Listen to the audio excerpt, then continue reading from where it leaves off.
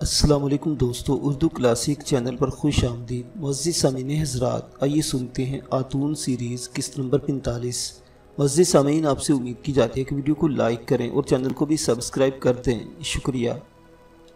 دن کے پہلے پہر سلیمان شاہ خود میرے پاس آ گیا۔ وہ میری لاش دیکھنے آیا تھا مگر اسے زندہ حالت میں ملا۔ پھر بھی میں جان بوجھ کر بیمار بن کر پلنگ پر لیٹ گیا تھا۔ سلیمان شاہ کی آنکھوں میں زبردست تحیر تھا جو میں صاف دیکھ رہا تھا۔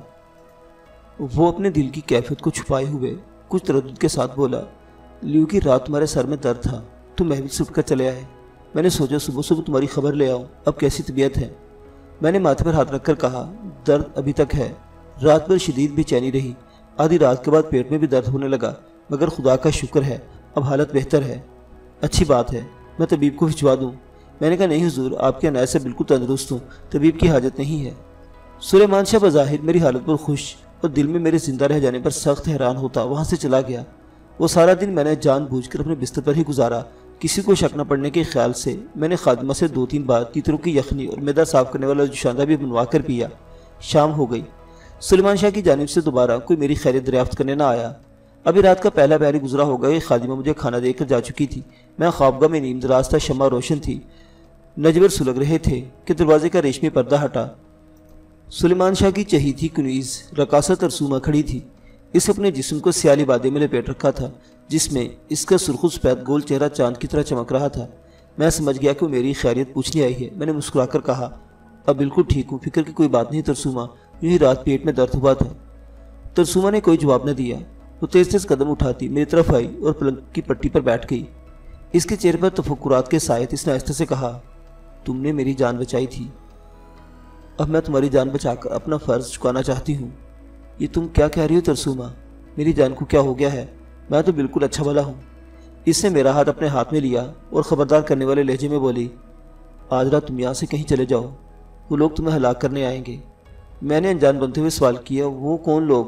ترسومہ جلدی جلدی کہنے لگی، میرے پاس زیادہ وقت نہیں ہے، میں نے اپنے آقا کو تمہارے قتل کے بارے میں ہدایت دیتے خود سنا ہے۔ غلام مشہور زہر میں بجھا ہوا خنجر لے کر آج رات تمہیں قتل کرنے آ رہا ہے۔ تم میرے محسن ہو، اس لیے میں بڑی مشکل سے وقت نکال کر تمہیں خبردار کرنے آئی ہوں۔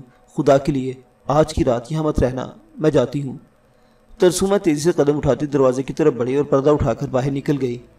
تو گویا سلیمان شاہ میرے قتل کا منصوبہ تیار کر رہا تھا۔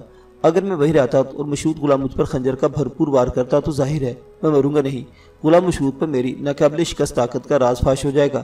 یہ بات وہ سلیمان شاہ کو بھی جا کر بتا دے گا، اور اس بات کا امکان تھا کہ وہ میری مفوق الفطرت قوت سے مروح ہو کر خلیفہ اندلس کو ہلاک کرنے کا منصوبہ بھی ترک کر دے۔ یہ بات میرے حق میں نہیں جاتی تھی کیونکہ میں اس اسلام دشمن غدار وطن کو رنگے ہاتھوں پکڑوانا چاہتا تھا۔ بہتر یہ تھا کہ میں اپنی قیامگاہ سے رات بھر کے لیے غائب ہو جاؤں اور صبح آ کر سلیمان شاہ پوچھیں تو کوئی بہانہ گھڑ دوں۔ چنانچہ یہ فیصلہ کر کے میں بستر سے اٹھا، سر پر سیاہ ماما رکھ کر فرغر اوڑھا، استبل میں آ کر گھوڑا نکالا اور اسے رات کے اندھیرے میں دوڑاتا سیدھا لیو پادری کی درگاہ پر جا پہنچا۔ اسے میں نے جاتے بتا دیا کہ سلیمان شاہ آج رات مجھ پر قاتلانہ حملہ کروانے کا ارادہ رکھتا ہے، اس لیے مجھے اپنی قیامگاہ سے فرار کر کے اس کے پاس آ گیا ہوں۔ اس نے ہونٹ سکیڑ کر کہا، یہ شخص ہم سے دشمنی مول لے کر قرطبہ میں زندہ نہیں رہ سکے گا۔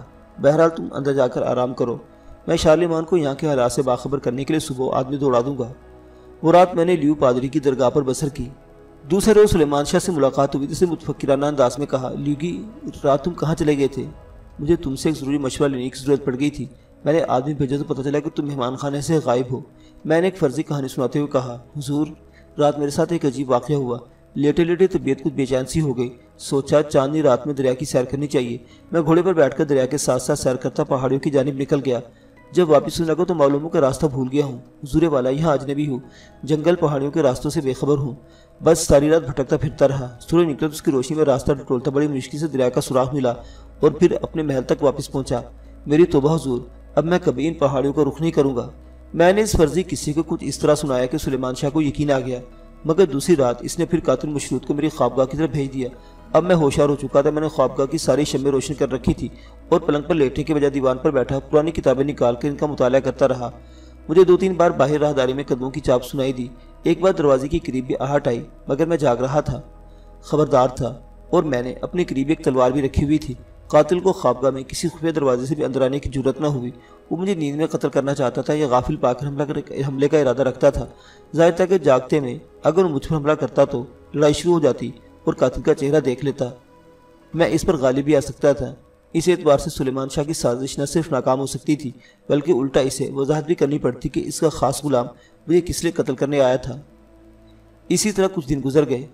اس دوران میں سلیمان شاہ مجھے 1 یا 2 بار ہی ملا۔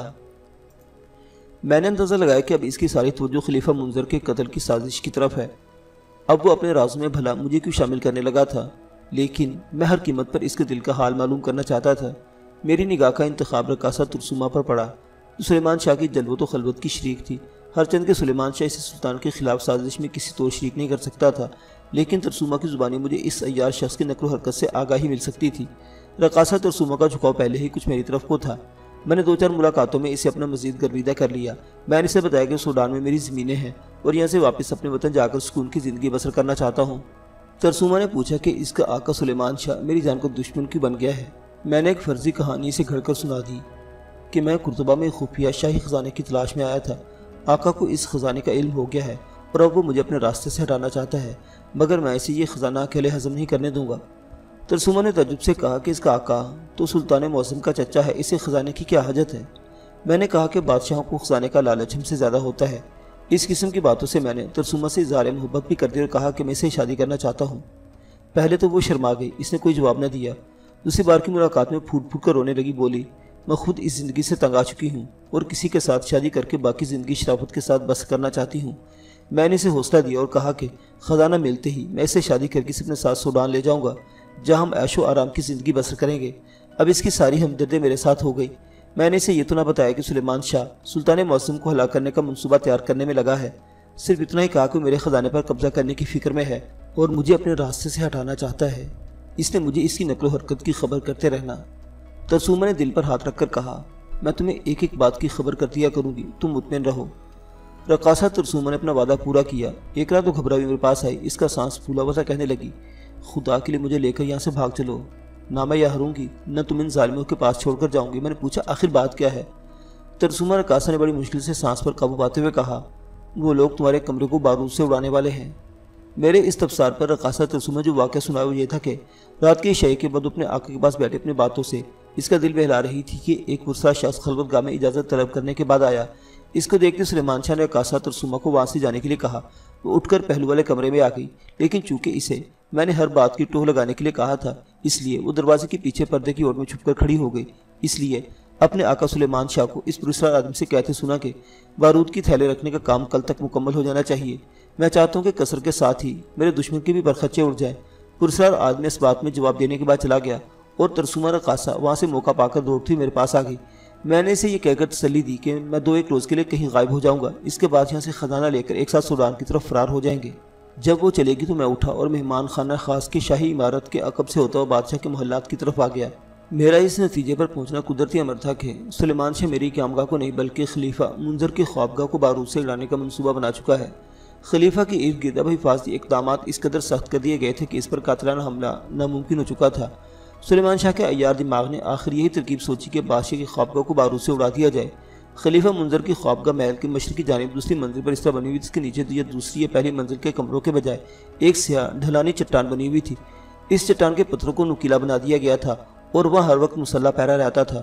میرا قیاس یہ تھا کہ سلیمان شاہ ان پہرے داروں کو بھی عہدوں اور دولت کا لالچ دے کے اپنے ساتھ ملا لیا ہے اور اسی جگہ چٹان کے اندر کوئی سرنگ کھود کر اسے بارود کی تھیلیوں سے بھرا جا رہا ہے تاکہ جب اسے آگ دکھائی جائے تو بادشاہ کی خلوت گاہ کے پرخچے اٹھ جائے اور بادشاہ کا بھی خاتمہ ہو جائے۔ اس کے لیے انہوں نے کل رات کا وقت مقرر کیا تھا۔ ظاہر ہے کہ بارود کی تھیلیاں کئی روز سے سرنگ میں رکھی جا رہی ہوں گی۔ میں رات کی تاریکی میں سلطان کی خوابگاہ والی چٹان سے کچھ فاصلے پر آیا تو دیکھا کہ وہاں چٹانوں کی بنیاد کے پاس پراسرار سائے حرکت کر رہے تھے۔ میں خاموشی سے رینگ تک کچھ اور اوپر چلا گیا۔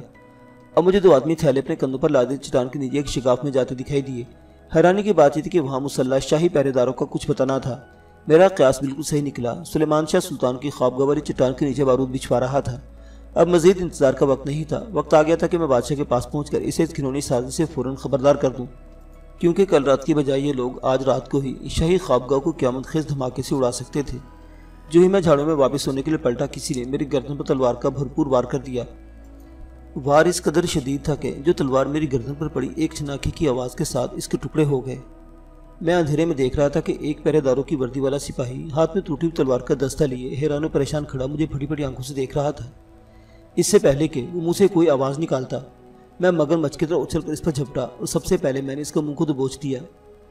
میری پوری طاقت بیدار ہو چکی تھی، میرے بوجھ سے نیچے گر گیا اور اس کا سانس رکنے لگا۔ اس نے بائیں ہاتھ سے خنجر کھینچ کر میری پشت پر وار کیا۔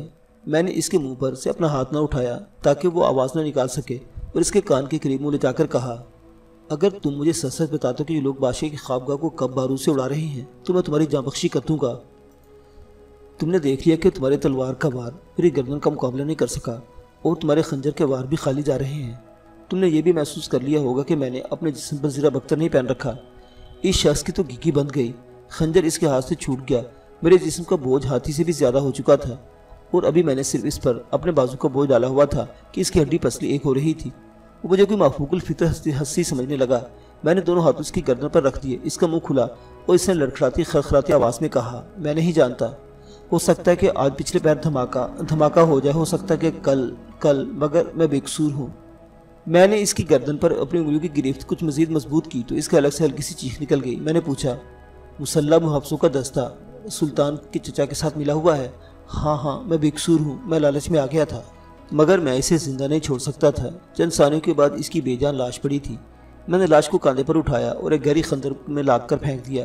میرے سارے خدشے اور اندازے درست ثابت ہوئے تھے۔ اب مجھے جتنی جلدی ہو سکے سلطان معظم یا طبیب شاہی کے پاس پہنچنا تھا۔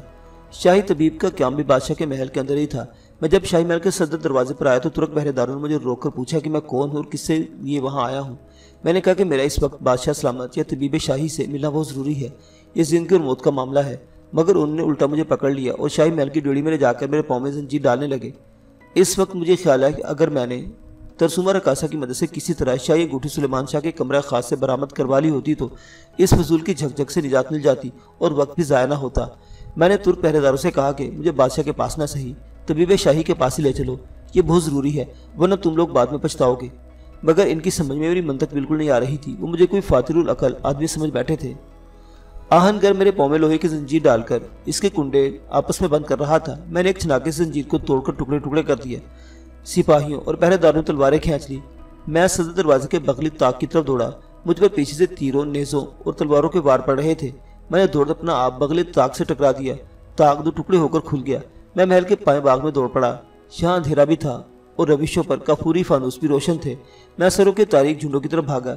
ان کے پیچھے شاہی طبیب کا محل تھا، سپاہی میرا پیچھا کر رہے تھے۔ وہاں ایک افراتفری سی مچ گئی تھی، تیروں کی بوچھاڑیں مجھ پر پڑ رہی تھی، مگر میں دوڑتا چلا جا رہا تھا۔